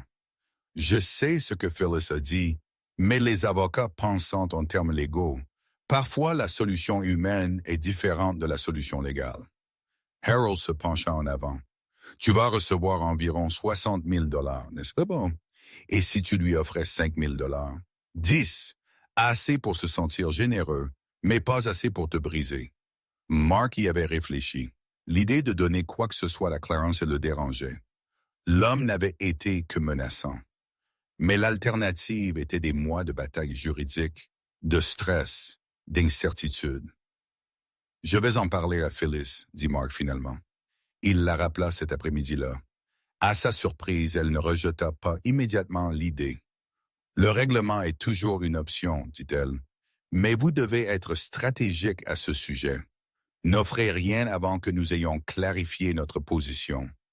Laissez-le d'abord voir la force de votre dossier. S'il persiste, alors nous pourrons discuter d'un règlement qui vous libérera de toute future réclamation. Combien de temps cela prendra-t-il?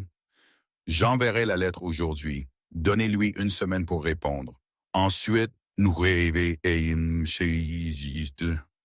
réévaluerons. La semaine qui suivit fut l'une des plus longues de la vie de Mark. Il sursautait chaque fois que son téléphone sonnait, convaincu que ce serait Clarence avec de nouvelles menaces. Mais il n'y eut que le silence de ce côté-là. La paperasse de rachat des obligations poursuivit sa lente progression à travers les canaux bureaucratiques.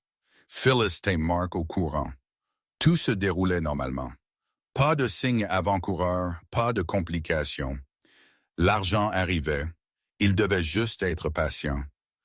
Chloé remarqua sa tension. Un soir, elle le coinça dans la cuisine. « C'est ce cousin, n'est-ce pas? Celui qui a appelé. » Mark ne vit pas l'intérêt de mentir. Il menace de me poursuivre en justice, dit que l'argent devrait être partagé.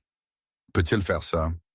Phyllis dit non, mais les gens peuvent tenter des procès même quand ils ont tort. Ça coûte de l'argent pour se défendre. L'expression de Chloé se durcit. Donc, il essaye de t'intimider pour que tu lui donnes de l'argent. Essentiellement, oui. C'est dégoûtant.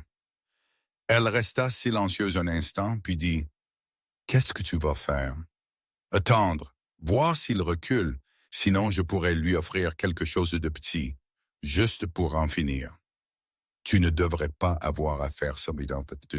Non, mais parfois faire ce que nous ne devrions pas avoir à faire est plus facile que de se battre.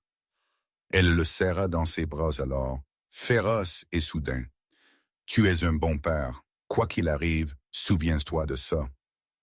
Une semaine plus tard, Phyllis appela. J'ai reçu une réponse de Clarence Breener. En fait, de son avocat. Le cœur de Mark se serra. Il a engagé un avocat. Il semble que ce soit son beau-frère qui s'occupe de petits litiges. La lettre est... Elle marqua une pause et Mark entendit des papiers froissés. Elle est mal argumentée. Il prétend que votre grand-père et son grand-père avaient un accord de partenariat oral pour mettre en commun leurs ressources. Il n'y a aucune preuve de cela au-delà des lettres mentionnant qu'ils ont discuté de cacher de l'argent. Alors, que se passe-t-il maintenant? J'ai rédigé une réponse réfutant ces affirmations point par point. Mais Mark, je pense que c'est le moment d'envisager un règlement. Non pas parce que nous perdrions, mais parce que cet homme semble désespéré. Les gens désespérés font des choses imprévisibles. Que me recommanderiez-vous?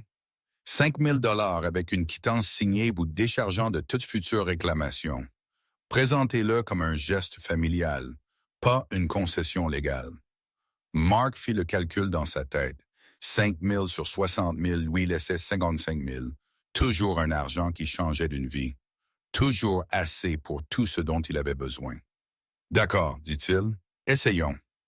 Phyllis organisa une réunion pour le mardi suivant. Mark, Harold et Phyllis devaient rencontrer Clarence et son avocat au bureau de Phyllis. Terrain neutre, cadre professionnel, tout documenté. La nuit précédant la réunion, Mark ne put dormir. Il se leva à 2 heures du matin et resta debout à regarder la commode, passant sa main sur sa surface cicatrisée.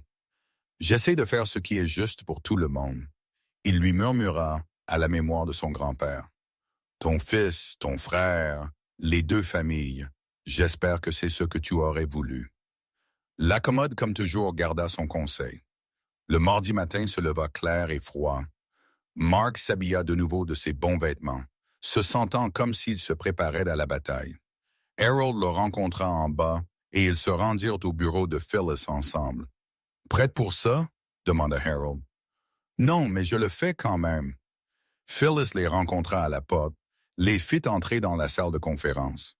Clarence et son avocat devraient être là d'un instant à l'autre. Souvenez-vous, laissez-moi parler. S'il essaie de vous engager directement, restez calme. Je vais essayer. Vous vous en sortirez bien. Elle lui serra l'épaule. Vous êtes plus généreux que la plupart des gens ne le seraient. 5 minutes plus tard, la réceptionniste fit entrer 2 hommes. Le premier était d'âge moyen, froissé, portant une mallette usée, clairement l'avocat beau-frère. Le second était Clarence. Il avait l'âge de Mark, peut-être quelques années de moins, mais semblait plus âgé. La vie l'avait usé.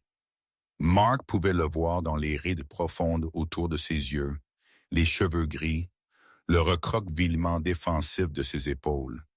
Il portait des vêtements de travail tachés aux genoux et ses mains étaient calleuses et tachées d'huile. Leurs regards se rencontrèrent à travers la salle de conférence. À ce moment, Mark vit quelque chose d'inattendu. Pas seulement de la colère, mais de la douleur. Une douleur générationnelle profonde. Il ne s'agissait pas seulement d'argent. Il s'agissait de 76 ans de blessures familiales qui n'avaient jamais guéri. Ils prirent une place de part et d'autre de la table de conférence. Phyllis fit les présentations, son ton professionnel et froid. L'avocat de Clarence, un homme nommé Gerald Voss, posa sa maillette sur la table avec un bruit sourd qui semblait délibérément agressif. « Allons-y, dit Voss. Mon client estime qu'il a droit à la moitié de l'argent et des obligations découvertes par M. Brenner. » Phyllis ouvrit le dossier calmement. « Votre client n'a droit à rien. L'argent a été caché par Walter Brenner et appartient à Walter Brenner. Il est passé par une succession légale claire à mon client. » Walter et Cyrus Brenner avaient un partenariat. Une conversation informelle sur des peurs mutuelles pendant la dépression n'est pas un partenariat légal. Phyllis glissa un document sur la table. Voici la chaîne d'héritage entièrement documentée. Voici la dernière lettre de Walter Brenner, établissant son intention de pourvoir aux besoins de sa femme et de son fils, et non de la famille de son frère. Voss prit la lettre, la lut. Son expression s'aigrit. À côté de lui, Clarence se pencha pour voir, la mâchoire serrée. « Mon grand-père est mort à l'aide sociale, » dit soudain Clarence, sa voix rauque, seul dans un foyer de comté. Il a travaillé toute sa vie et n'avait rien. Mon père. Sa voix se brisa légèrement. Mon père est mort à 49 ans d'une crise cardiaque due au stress. Nous l'avons enterré dans un cimetière de pauvres parce que nous ne pouvions pas nous permettre mieux. Mark ressentit les mots comme des coups physiques. Je suis désolé. Votre famille a tout eu. La commode, la maison, tout le reste. Nous n'avons rien eu. Et maintenant, vous trouvez cet argent et vous pensez pouvoir tout garder? Ma grand-mère n'a pas tout eu, dit Mark doucement. Elle a élevé mon père seul, travaillant comme couturière. Elle est morte dans une maison de retraite sous Medicaid. Mon père a travaillé dans des usines toute sa vie et est mort à 58 ans. Personne dans ma famille n'a prospéré, Clarence. Mais vous avez eu les meubles. Vous avez eu ce qui était caché par hasard. Parce que ma grand-mère a gardé un meuble pendant 50 ans, sans jamais savoir ce qu'il contenait. Voss s'éclaircit la gorge. Indépendamment des difficultés individuelles, il reste que Cyrus Brenner avait un accord avec Walter Brenner. Mon client mérite une compensation. Votre client ne mérite rien légalement, dit Phyllis. Cependant, elle marqua une pause, regarda Mark. Il hocha la tête.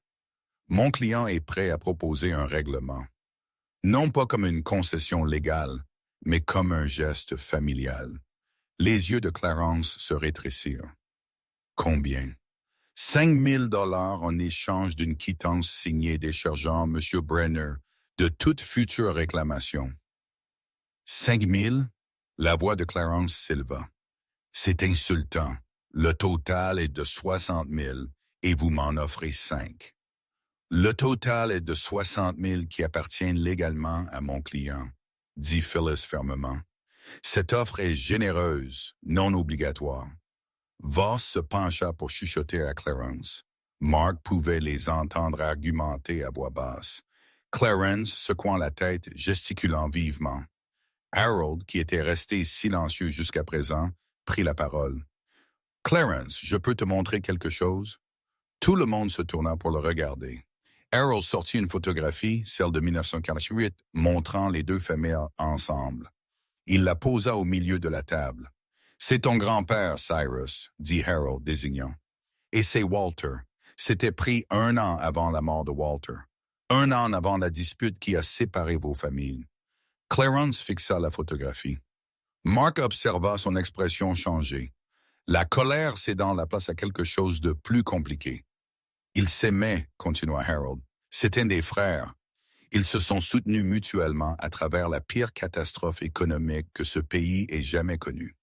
Et puis, une incompréhension, une terrible, tragique incompréhension, les a déchirés. » Il regarda Clarence puis Mark. « Vous deux êtes cousins. Vous êtes de la même génération qui a perdu des pères trop jeunes, qui a vu votre famille lutter. Cet argent ne peut pas réparer 76 ans de douleur, mais il ne doit pas non plus en créer davantage. » La pièce resta silencieuse. La main de Clarence se posa sur la photographie, ses doigts traçant le contour du visage de son grand-père. « Je ne l'ai jamais rencontré, » dit Clarence, s'éclaircit la gorge doucement. « Il est mort quand j'avais 3 ans. Mon père en parlait à peine, sauf pour dire que nous avions été trompés par l'autre côté de la famille. Ma grand-mère ne parlait pas beaucoup de Kyrus non plus, » dit Mark. Juste qu'il y avait eu une dispute qu'elle n'avait jamais comprise. Elle est morte en pensant que ton grand-père était cruel de l'accuser de cacher de l'argent. Mais elle ne savait vraiment pas. Elle ne savait vraiment pas. Elle a lutté toute sa vie pendant que la réponse était dans sa chambre. Clarence prit la photographie, l'étudia plus attentivement. Ils ont l'air heureux ici. Ils l'étaient, dit Mark. Selon les lettres, ils étaient proches. La malchance de ton grand-père, son père trouvant et prenant son argent caché. Ce n'était pas la faute de Walter. Walter a essayé d'aider à sa manière en gardant tout pour lui-même, en essayant de protéger sa propre famille d'abord. Peut-être que c'était égoïste. Peut-être que s'il avait vécu, il aurait partagé. Nous ne le saurons jamais. Mark fit une pause. Mais je sais ceci. Je n'essaie pas de te tromper. Je t'offre de l'argent que je ne te dois pas légalement parce que nous sommes de la famille, parce que cette querelle a assez duré. » Voss se pencha à nouveau près de Clarence, chuchotant de toute urgence. Mark capta des fragments. « Mauvaise offre. Demande plus. Procès. » Mais Clarence secouait la tête. Il reposa la photographie et regarda Mark directement. « Je suis fatigué, dit-il simplement.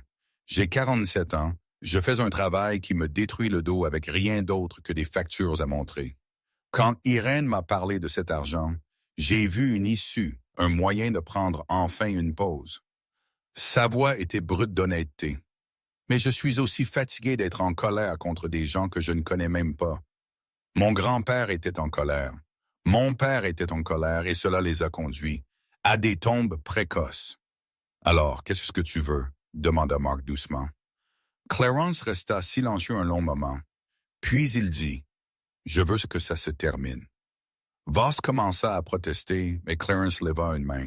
« Gerald, j'apprécie votre aide, Monsieur Eden, mais c'est ma décision.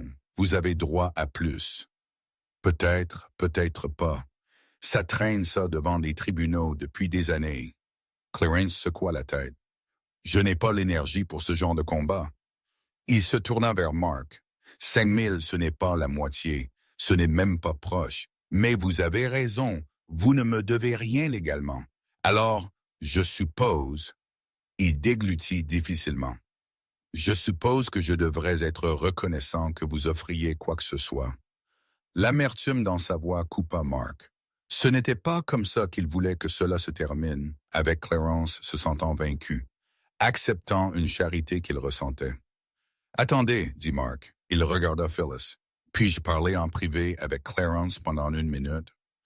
Phyllis fronça les sourcils. « Je vous le déconseillerais. »« Je sais, mais je veux quand même. » Harold se leva. « Viens, Phyllis, donnons-leur 5 minutes. » Phyllis avait l'air de vouloir argumenter, mais Harold la dirigeait déjà vers la porte. Voss commença à objecter, mais Clarence lui fit un signe de tête. « C'est bon, Gerald. Laissez-nous un moment. » Quand la porte se referma derrière eux, Mark et Clarence restèrent seuls dans la salle de conférence. La photographie était toujours entre eux sur la table. « Je ne veux pas que tu aies l'impression d'accepter la charité, » dit Mark doucement. « Mais c'est ce que c'est, n'est-ce que bon? Tu me donnes de l'argent par pitié. » « Non, c'est moi qui essaye de réparer quelque chose qui a mal tourné il y a longtemps. Nos grands-pères s'aimaient. Ils ont essayé de survivre à des circonstances impossibles et à un mauvais timing. Une mauvaise chance a créé une blessure qui a duré 3 générations. » Clarence ramassa la photographie à nouveau. « Mon père disait que les Brenner de ton côté pensaient qu'ils étaient meilleurs que nous. Ma grand-mère n'a jamais dit ça. Elle n'a juste pas compris. Elle pensait que ton grand-père était cruel, l'accusant d'avoir de l'argent alors qu'elle survivait à peine.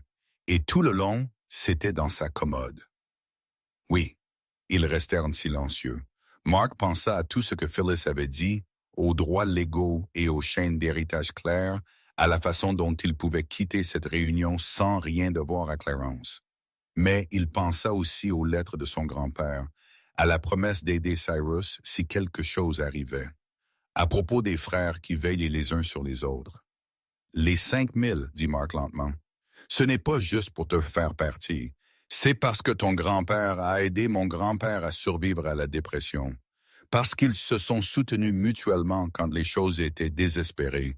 Parce que ce genre de loyauté devrait signifier quelque chose. » Même 76 ans plus tard, les yeux de Clarence étaient humides.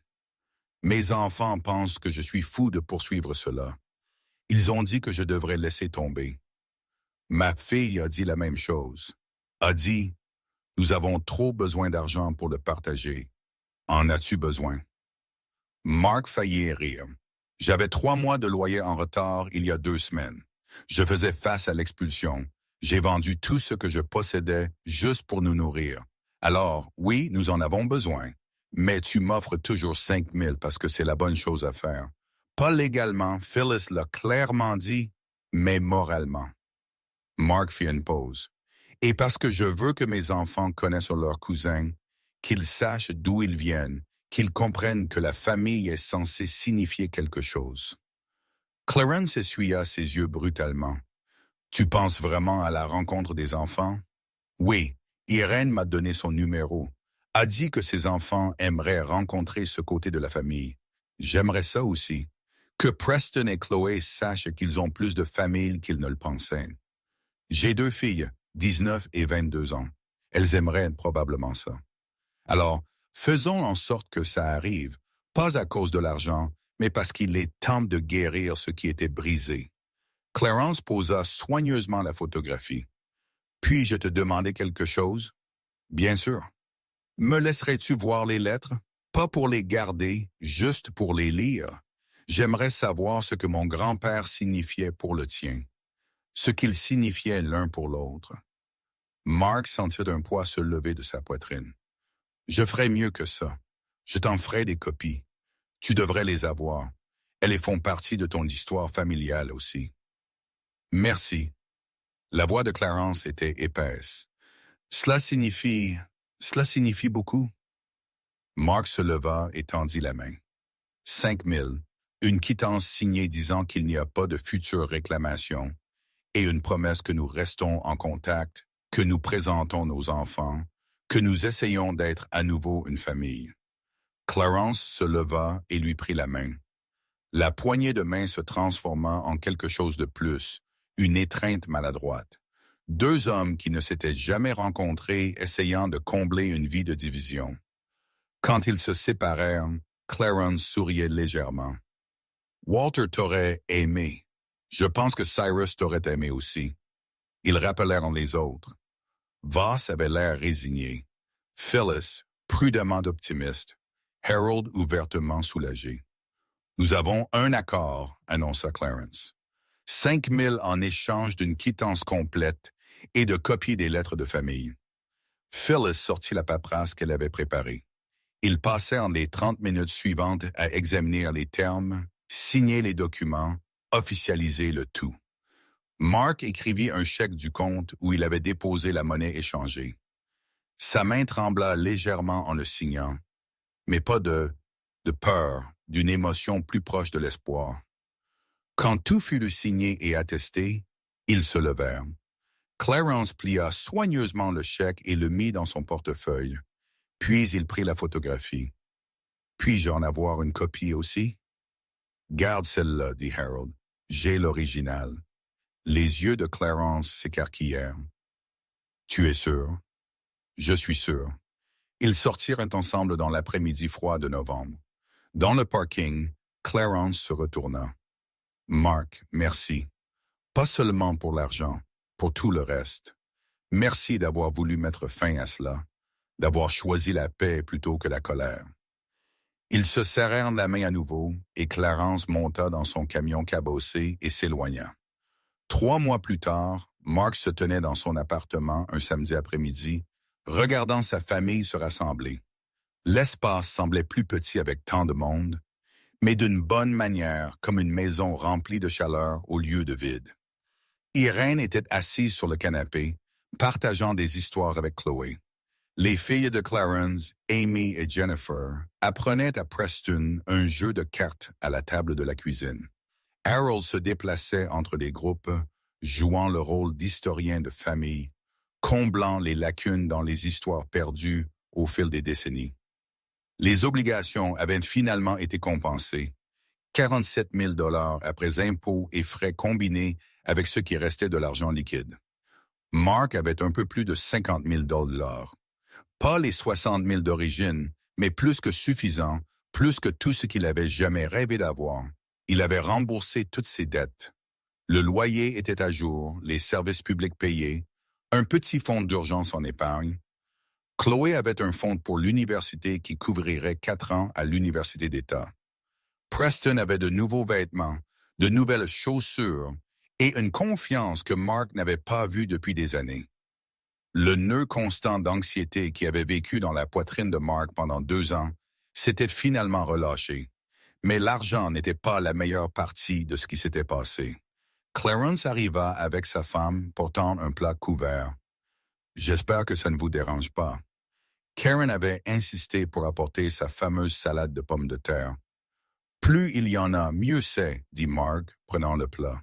Ils s'étaient rencontrés 3 fois depuis le règlement. Une fois juste eux deux autour d'un café. Une fois avec leurs enfants, et maintenant ça, une réunion de famille complète. Chaque rencontre avait été moins gênante que la précédente. Les vieilles blessures guérissant lentement par de simples actes de présence et d'effort. « Puis-je le voir ?» demanda Clarence doucement. Mark savait ce qu'il voulait dire. Il conduisit Clarence au coin où la commode se tenait toujours, polie et entretenue. Clarence passa sa main sur la surface juste comme Mark l'avait fait d'innombrables fois. « C'est beau, je comprends pourquoi vous l'avez gardé. Elle a gardé un secret pendant 76 ans. Ça m'aurait paru faux de la laisser partir. » Clarence s'agenouilla et ouvrit le tiroir du bas. « Pouvez-vous me montrer? » Mark retira le tiroir et délogea soigneusement le faux panneau arrière. Le compartiment était vide maintenant, mais Clarence le fixa comme s'il regardait quelque chose de sacré. « Ils étaient si effrayés, » dit Clarence doucement. « Tous les deux effrayés de tout perdre. Ils ont survécu, et d'une certaine manière, nous sommes là grâce à eux. » « Oui. » Clarence referma le panneau, remit le tiroir. « Mon grand-père aurait aimé ça, savoir que nous sommes tous à nouveau ensemble. » Ils retournèrent au salon où Irène montrait des photographies à la jeune génération. Elle avait apporté un album entier, des photos de Cyrus à travers les décennies, de Floyd enfant, d'une famille qui avait vécu parallèlement à celle de Mark sans jamais se connecter. « Regardez celle-ci, » dit Irène, tenant d'une photo de 1946. « C'est votre arrière-grand-père, Cyrus, avec Floyd, votre grand-père Clarence à la foire du comté. Il a l'air heureux, là. » Amy observa. Il l'était. Certaines années étaient meilleures que d'autres. Mais il a aussi porté beaucoup de tristesse d'avoir perdu l'amitié de son frère. Chloé regarda la photographie puis Mark. « C'est triste qu'il n'ait jamais arrangé les choses. »« Mais nous l'avons fait, » dit Mark. « Ça doit compter pour quelque chose. » Plus tard, alors qu'ils mangeaient ensemble, des assiettes en carton équilibrées sur les genoux, la conversation fluide. Mark croisa le regard de Harold. Son ami sourit et leva sa tasse de café dans un toast silencieux. Après le repas, Jennifer demanda si elle pouvait prendre une photo de tout le monde ensemble. Ils s'arrangèrent dans le salon, la commode visible en arrière-plan, un écho conscient de la photographie de 1948 qui avait aidé à briser la glace entre Mark et Clarence. « Dites famille », instruisit Jennifer. « Famille », corrèrent-ils, et l'appareil photo flasha. Alors que le soir approchait et que les gens commençaient à partir, Clarence tira Mark à part une dernière fois. « Je veux que tu saches que je m'attendais à te détester. Je m'attendais à ce que tu sois arrogant ou avide, ou je ne sais pas, quelqu'un que je pouvais justifier de haïr et à la place, tu n'étais qu'un gars qui essayait de prendre soin de ses enfants comme moi, comme nos pères, comme nos grands-pères. » Clarence marqua une pause. « Je suis content de m'être trompé sur toi. Je suis content que nous ayons eu la chance de le découvrir. » Ils s'étreignirent à nouveau, moins maladroitement cette fois, plus sincèrement. La famille de Clarence sortit, suivie par Irène, chacun d'eux promettant de rester en contact, parlant déjà des plans de Noël. Quand tout le monde fut parti, Mark et ses enfants nettoyèrent ensemble. Preston était inhabituellement bavard, excité par ses nouveaux cousins. Chloé était plus silencieuse, mais Mark la remarqua plaçant soigneusement la nouvelle photo de famille sur le dessus de la commode. « Tu vas bien? » lui demanda-t-il. « Oui, je réfléchis juste. » Elle regarda la commode. L'arrière-arrière-grand-père Walter a essayé si fort de sauver tout le monde, de rendre tout sûr, mais il a manqué de temps. Il l'a fait, mais toi non. Tu as trouvé ce qu'il avait caché et tu l'as utilisé à bon escient, pas seulement pour nous, mais pour tout le monde.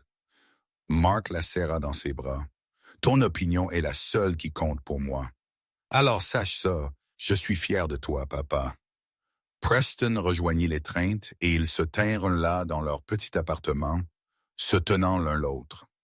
La commode veillait depuis son coin, silencieuse et durable, ne gardant plus de secrets, mais témoignant plutôt de la guérison. Cette nuit-là, après que les enfants soient endormis, Mark s'assit seul dans ce silence. Il sortit la dernière lettre de son grand-père et la lut une dernière fois. « Demain, tout change. » Walter avait écrit ces mots il y a 76 ans, ne sachant pas à quel point ils seraient prophétiques. Demain lui avait apporté la tragédie, mais d'une certaine manière, finalement, cela avait aussi apporté la rédemption. Pas la rédemption qu'il avait prévue, mais peut-être quelque chose de mieux. Deux branches d'une famille brisée retrouvant le chemin l'une vers l'autre. Mark remit soigneusement la lettre dans sa boîte. Il garderait les originaux. Mais les copies qu'il avait faites pour Clarence et Irène signifiaient que l'histoire perdurerait, partagée et comprise par tous ceux qu'elle touchait. Il se leva et marcha vers la commode une dernière fois. posant sa main sur sa surface cicatrisée. « Merci, murmura-t-il, d'avoir gardé ton secret jusqu'au bon moment, d'avoir attendu que quelqu'un qui en avait besoin le trouve. » La commode, comme toujours, ne dit rien. Mais au clair de lune filtrant par la fenêtre, elle sembla briller doucement. Pas seulement un meuble, mais une gardienne d'histoire. Un pont entre les générations. La preuve que parfois ce qui est caché est destiné à être trouvé. Pas pour le trésor seul, mais pour la guérison que cela rend possible.